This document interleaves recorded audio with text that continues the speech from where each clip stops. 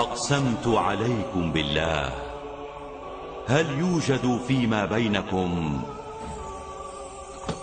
شخص غيري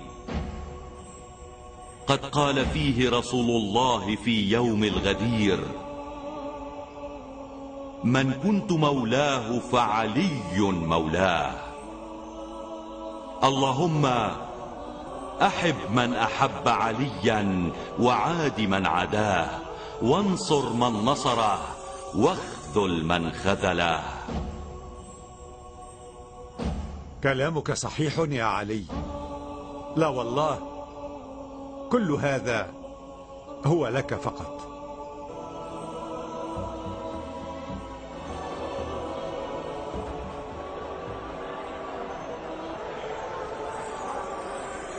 أيها الإخوة والأخوات، قفوا جميعا في أماكنكم ولا تتحركوا.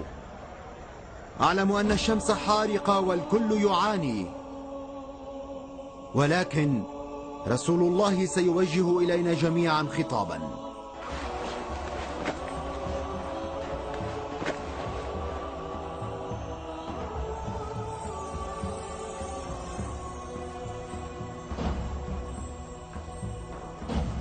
بسم الله الرحمن الرحيم، والحمد لله رب العالمين. أدعوكم جميعا إلى تقوى الله. ألا أدلكم على ما إن تمسكتم به لن تضلوا بعدي أبدا؟ أيها الناس، إني تارك فيكم وديعتين قيمتين وثقيلتين، إحداهما القرآن والأخرى أهل البيت. القرآن والعترة. الحق أن البعد عن القرآن وعترتي في يد، وهلاككم في اليد الأخرى.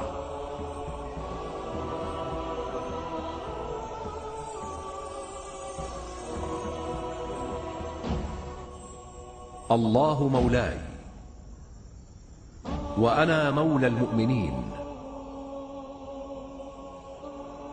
ألا من كنت مولاه فهذا علي مولاه. اللهم وال من والاه وعاد من عاداه. اللهم والي من والى عليا وعاد كل من عاد عليا. أيها الناس، الحق دائما مع علي، وعلي مع الحق. الله أكبر.